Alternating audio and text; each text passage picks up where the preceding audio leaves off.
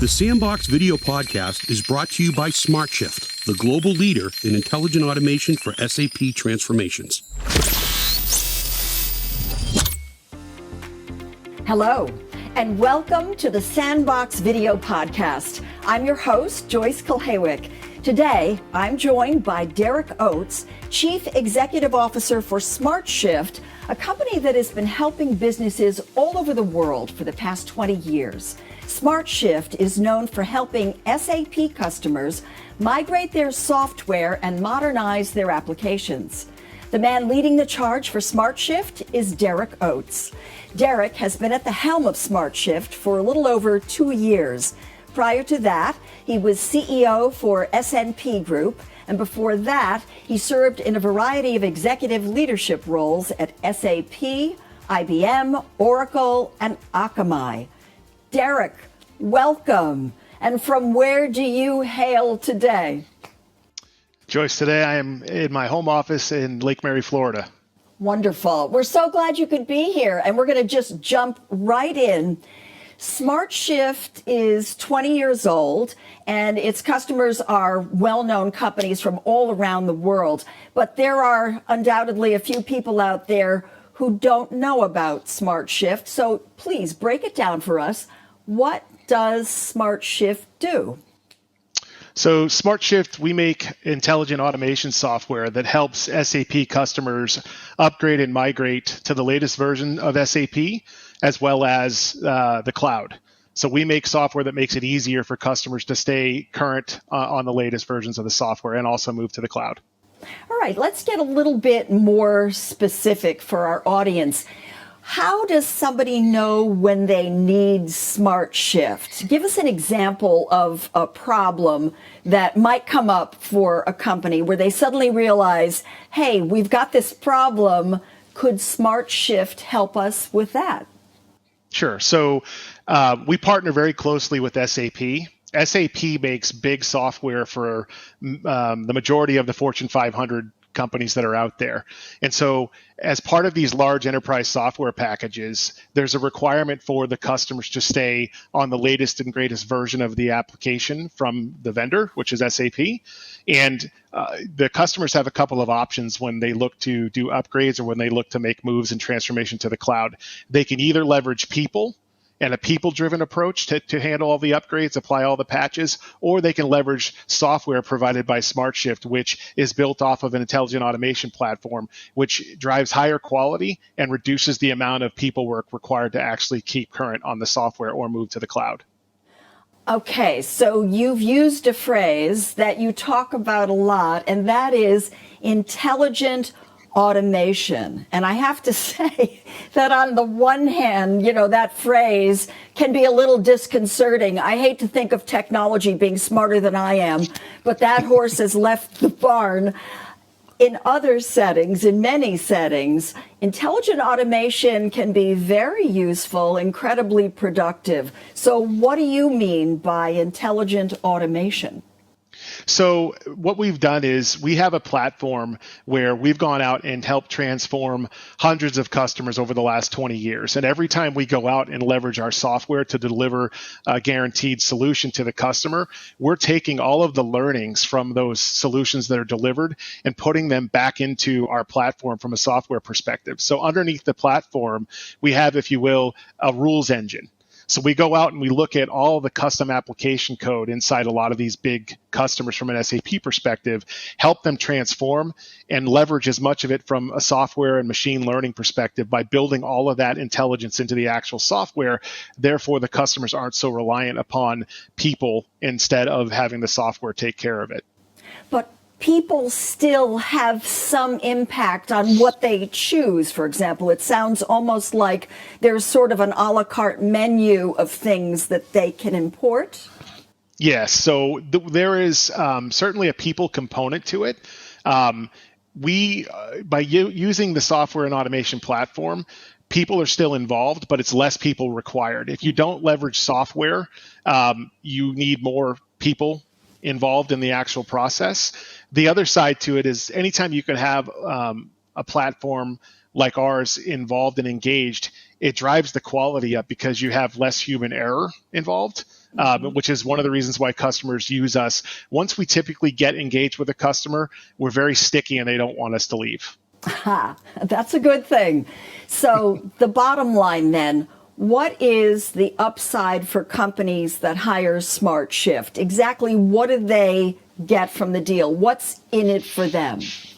They get a guaranteed outcome, which anytime you're engaging with consultants and only consultants, you may get there to the final stage, but it might take a little bit longer because you're not leveraging robots and you're not leveraging intelligence from a software standpoint.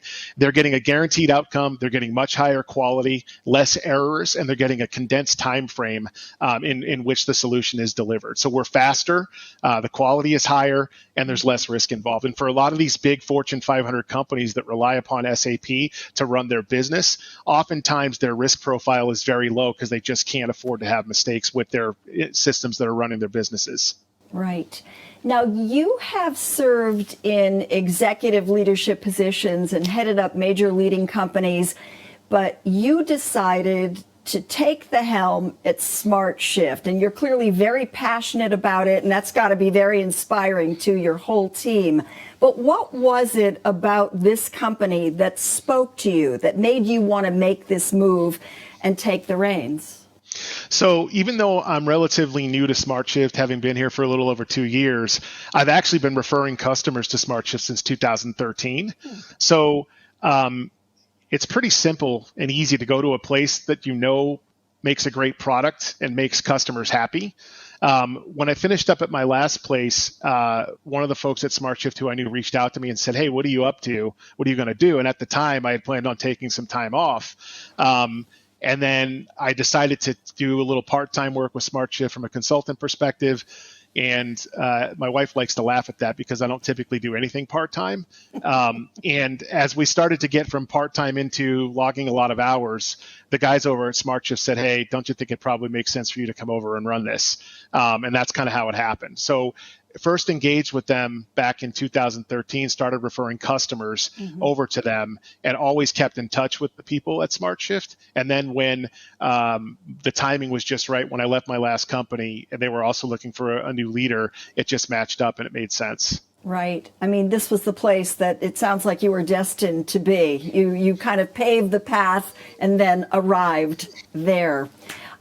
This is the time of year when we're all kind of looking back and reflecting on the year ahead. And for everybody, it's certainly been quite a tumultuous year, but particularly in business, very volatile times out there. And businesses are shifting how they do business. If you could just reflect on the year you've just had, tell us about any of the breakthrough moments, the aha moments, the things that stand out. Sure. So we've been very lucky. We've had a really good run over the last 2.5 years. This last year, we've experienced another year of substantial growth for our business.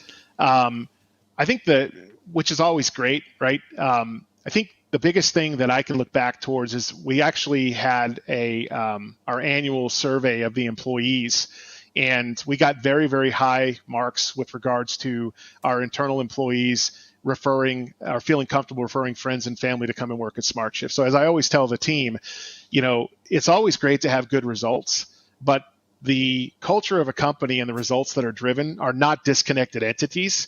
So I think, there have been challenges over the last couple of years from a business perspective. We've been very lucky to outperform all of our targets that we're measured on. But the thing that makes me the most proud from a leadership perspective is that we do have very high culture marks with regards to the employee survey. So I think not only are we doing a good job and leading and building the company and the business in the way that we want to, we're doing it in a way where people are actually enjoying working together. And it's making a huge impact when it comes to the growth that we need in terms of bringing new people in, that kind of thing. It's such an interesting point because you're right. Everybody talks about the culture of the workplace now, and I don't think it's something we used to talk about before. But now people's lives and their work seem very connected, particularly in all the hybrid schedules that people have, the way in which we do work globally and around the clock, that it would be very important to really have value, a certain kind of value instilled by the head of the company that filters through to the whole workforce that everybody feels and kind of, lifts the whole thing up. And that's, I guess, what I'm hearing you describe about smartShift. Yeah, there's no doubt about it. It's something that's been very important to me. I always tell folks that life's too short to work at a place where you're not happy. And I sincerely mean that. And so the one thing that that I am very happy about, and one thing I do like to really look at closely is, do I feel comfortable recruiting people into any department across the company? Do we have proper leadership? Do we have people that get it? Do we have people that really understand that there is a work-life balance required to have happy employees? Because again, back to the initial point, I do believe that there is a direct correlation between happy culture and outperforming companies. And every company that I've ever been involved in, there's always been that proper culture. And I think it just expedites growth, especially in situations where it's not always going to go well.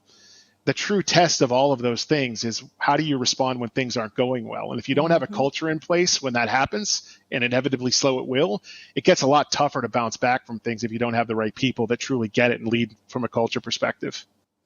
I think that's true, and I think the data bears all of that out. So I'm thinking about the future. What is your vision for the future of the business? What's next for smartShift? So we are continuing to build out the capabilities of our automation platform. We are continuously learning from our customers, from our partners, from SAP, and we've got a very strong product roadmap in place that mirrors the view and vision from an SAP perspective. So it's important because a lot of these customers that we're working with, they have people responsible for staying in lockstep with SAP strategy.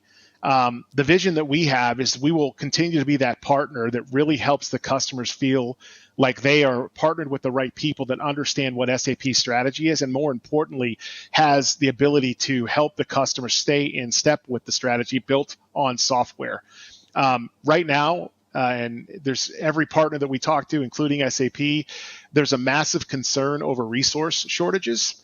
And one of the ways to help all those businesses that are looking at the constraint on resources to feel good about where they are is to have some type of automation strategy in place. From an SAP perspective, smartShift is in a great spot to continue to build on what we've already laid as a foundation to help customers feel comfortable that somebody is out there and that we're their insurance blanket to help protect against some of the things that can happen without that strategy in place. And so it sounds to me like that is the distinguishing feature about smartShift. It's this intelligent automation which allows people to better implement what they've got, the systems. It's exactly right. Yeah. It's exactly right. And it's especially important when if you look at the landscape of SAP business from the last 30 years, there's a lot of consulting companies that have done a great job of employing consultants that have a lot of intelligence to help the customers deploy SAP, knowing that there's a shortage of those resources moving forward over the next 5-10 years. You have to have a contingency plan. And our contingency plan has always been to make sure that we're taking the intelligence from the consultants and from the customers out there from a business operation perspective and building that intelligence into our software platform. Mm-hmm. It's an insurance policy for the customers, and it's also insurance policy for companies like SAP that need their customers to continue to innovate and deploy their software. Derek, your passion is evident. It's really been a pleasure to speak with you and learn a little bit about this whole part of the world, about this fascinating organization, about your journey and vision for smartShift. Thank you so much for spending this time with us today. And I want to wish you and yours a very peaceful and productive new year. And I hope you get to play some golf. Thank you so much for having me, Joyce. It's been great talking to you. I think it was hard for me to get through this because, as I said, I'm a little starstruck talking to you, having grown up in the Boston area.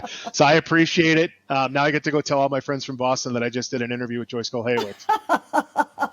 I love it, darling. Thank you. Thank you. Bye. The Sandbox video podcast was brought to you by smartShift, the global leader in intelligent automation for SAP transformations.